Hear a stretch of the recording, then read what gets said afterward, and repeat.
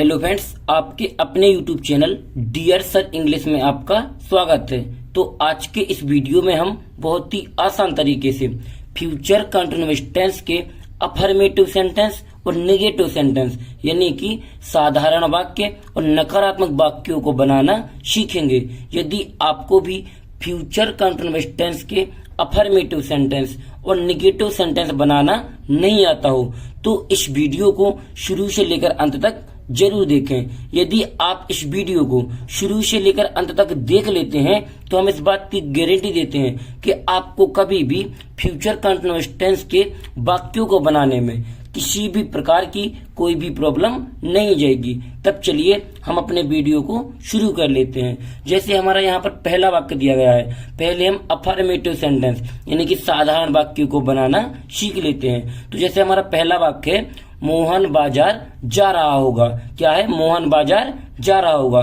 तो इसमें हमें सबसे पहले इसकी पहचान को समझना होगा, तभी तो हम इन वाक्यों को देखकर ये पहचान पाएंगे कि ये फ्यूचर कंटीन्यूअस टेंस का वाक्य है। और जब हम वाक्य को देखकर उसकी टेंस की पहचान कर पाएंगे तभी हम उसे अंग्रेजी में ट्रांसलेट कर पाएंगे, क्योंकि ये बहुत ही जरूरी होता है कि ये वाक्य किस टेंस का है। तो इसका पता लगाने के लिए हमको इसकी पहचान को समझना होता है। तो आइए हम इसकी पहचान को देख लेते हैं। यहाँ पर देखिए, जिन वाक्यों के अंत में रहा होगा, रही होगी, रहे होंगे आदि शब्द आते हैं उसे फ्यूचर कंटीन्यूअस टेंस कहते हैं। एक बार और समझ लीजिए, जिन वाक्यों के अंत में रहा होगा, रही होगी, रहे होंगे आदि शब्द आते हैं उसे फ्यूचर कंटीन्यूअस टेंस कहते हैं। जैसे यहाँ पर हमारा वाक्य क्या है, मोहन बाजार जा रहा होगा। क्या है? मोहन बाजार जा रहा होगा। तो हमें लास्ट में क्या मिला देखने के लिए? रहा होगा।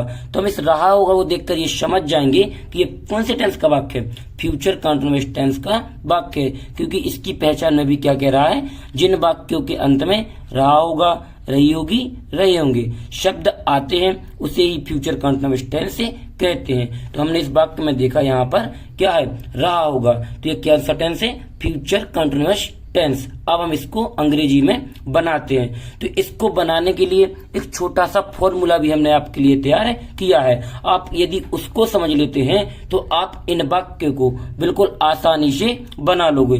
यहाँ पर फॉर्मूला भी देख लीजिए। जब हम इन वाक्यों को बनाते हैं सबसे पहले क्या लिखते हैं? इसमें कर्ता लिखते हैं, फिर बिल या सेल। तो हम आपको बता दें, आई और बी के साथ हम सेल का प्रयोग करते हैं और अन्य सभी के साथ बिल का प्रयोग करते हैं। फिर इसके बाद क्या होता है हमारा, ये हमारा निगेटिव का है। इसमें लगेगा नॉट, यानी कि जिसमें नकारात्मक वाक्य नहीं है उसमें नॉट का प्रयोग नहीं होगा। और यहाँ पर क्या आएगा? फिर बी आएगा, फिर मेन वर्ब में आईएनजी, फिर कर्म। तो हम इस वाक्य को बना लेते हैं। सबसे पहले आना कर्ता। तो कर्ता इसमें क्या? मोहन। तो यहाँ पर आएगा मोहन, MOHAN। फिर इसके बाद क्या आना? बिल या सेल। तो हमने आपको बताया था, यहाँ पर देख लीजिए, आई और बी के साथ क्या लगता है? सेल लगता है, और अन्य सभी के साथ बिल। तो यहाँ पर क्या आएगा? मोहन है तो क्या आएगा? बिल, क्योंकि यहाँ पर आई और बी नहीं है। यदि कर्ता आई और बी हो तो वहां पर सेल का प्रयोग किया जाता है। फिर इसके बाद क्या आना है? बी आना है। तो यहाँ पर लगा देंगे बी। यहाँ पर क्या आएगा? बी। फिर इसके बाद आना है मुख्य क्रिया। तो मुख्य क्रिया इसमें क्या है? जा रहा होगा। तो जाना, गो माना होता है जाना, और मुख्य क्रिया में क्या लगना? ING। तो गो में हम ING भी लगा देंगे। फिर इसके बाद क्या आना है? कर्म आना है। तो कर्म क्या? बाजार। तो मार्केट, MARKET, और लास्ट में लगा देंगे फुल स्टॉप। तो किस तरीके से ना, Mohan will be going market, यानी कि मोहन बाजार जा रहा होगा। हम जैसे अपने दूसरे वाक्य को बनाते हैं, क्या है? मैं खाना खा रहा हूँगा। सबसे पहले आना कर्ता। तो कर्ता इसमें मैं, तो आई माना क्या होता है? मैं। अब इसमें क्या होगा? आई और बी के साथ सेल और अन्य सभी कर्ताओं के साथ बिल, चाहे वो एक वचन हो या बहुवचन हो। तो आई के साथ क्या आना? सेल। तो यहाँ पर लगाएंगे सेल, SHALL। और यहाँ पर क्या आ जाएगा? बी। फिर इसके बाद बी आएगा। फिर इसके बाद क्या आना है? मुख्य क्रिया। तो मुख्य क्रिया इसमें खाना, तो ईट, EAT। और मुख्य क्रिया में क्या लगना? ING लगना है। तो यहाँ पर लगाएंगे ING। ये क्या हो जाएगा? ईटिंग। फिर इसके बाद आना कर्म। तो कर्म क्या है? खाना, तो फूड, FOOD। फूड मीन्स भोजन या खाना। यहाँ पर लगा देंगे फुल स्टॉप। तो किस तरीके से बना, आई शैल बी ईटिंग फूड, मैं खाना खा रहा होऊंगा। अब हमें देखना है निगेटिव सेंटेंस। हमारा ये यहाँ पर फॉर्मूला भी लिखा हुआ है। सबसे पहले कर्ता, फिर विल बी या शैल बी, फिर मेन वर्ब। मेन वर्ब में क्या लगेगा, आईएनजी लगेगा, फिर इसके बाद कर्म, लास्ट में फुल स्टॉप। इसी फॉर्मूले के हिसाब से हमने ये वाक्य बनाए हैं। अब यहाँ पर देख लेते हैं हम निगेटिव सेंटेंस। यहाँ पर क्या है, निगेटिव सेंटेंस यानी कि नकारात्मक वाक्य। ये वे वाक्य जिनमें नहीं शब्द का प्रयोग होता है उसे हम क्या कहते हैं, निगेटिव सेंटेंस या नकारात्मक वाक्य कहते हैं। सबसे पहले यहाँ पर देख लीजिए इसका फॉर्मूला। सबसे पहले क्या आएगा, कर्ता आएगा, फिर विल या शैल, इनमें विल या शैल आएगा, फिर इसके बाद क्या आएगा, नॉट आएगा क्योंकि इसमें नहीं का प्रयोग किया गया है, फिर इसके बाद बी, फिर मेन वर्ब, और मेन वर्ब में क्या आईएनजी, फिर इसके बाद कर्म। तो यहाँ पर सबसे पहले क्या आना है, कर्ता।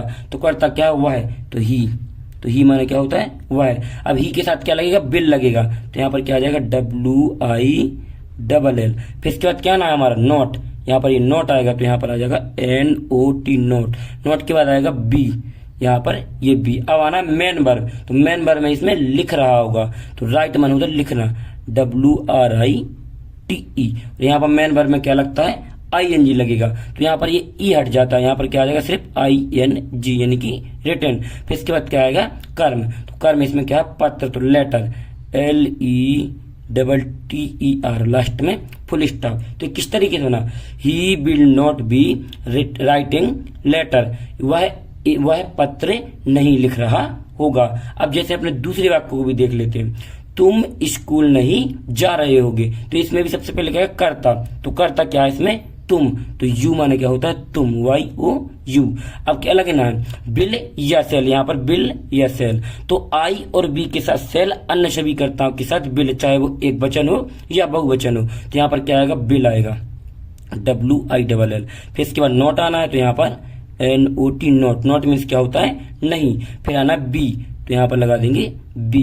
फिर क्या आना, मेन वर्ब। तो मेन वर्ब क्या है इसमें, जा रहे होंगे, तो गो माना होता है जाना, GO। और यहाँ पर मेन वर्ब में ING, तो यहाँ पर गोइंग। फिर इसके बाद क्या आना है, कर्म। तो कर्म क्या है, स्कूल, तो SCHOOL, और लास्ट में फुल स्टॉप भी लगा देंगे। तो किस तरीके से बना है, you will not be going school, तुम स्कूल नहीं जा रहे होगे। यदि आपको इन वाक्यों में कोई डाउट लग रहा हो तो हमें कमेंट बॉक्स में जरूर बताएं, और यदि ये वीडियो पसंद आया हो तो वीडियो को लाइक और चैनल को सब्सक्राइब करना बिल्कुल ना भूलें, जिससे आने वाले हमारे हर वीडियो सबसे पहले आप लोगों तक पहुंच सके। थैंक यू वीडियो को लास्ट तक देखने के लिए। मिलते हैं किसी और एक अच्छी वीडियो के साथ में, जब तक अपना ख्याल रखें।